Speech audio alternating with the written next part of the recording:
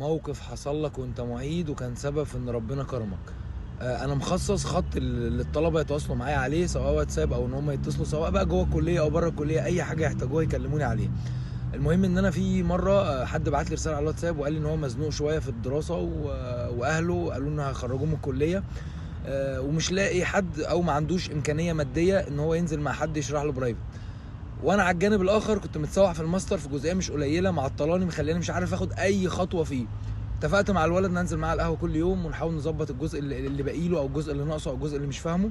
نزلت معاه تقريبا شبه يوميا لحد ما ربنا كرمه الحمد لله ونجح بتقدير والله العظيم.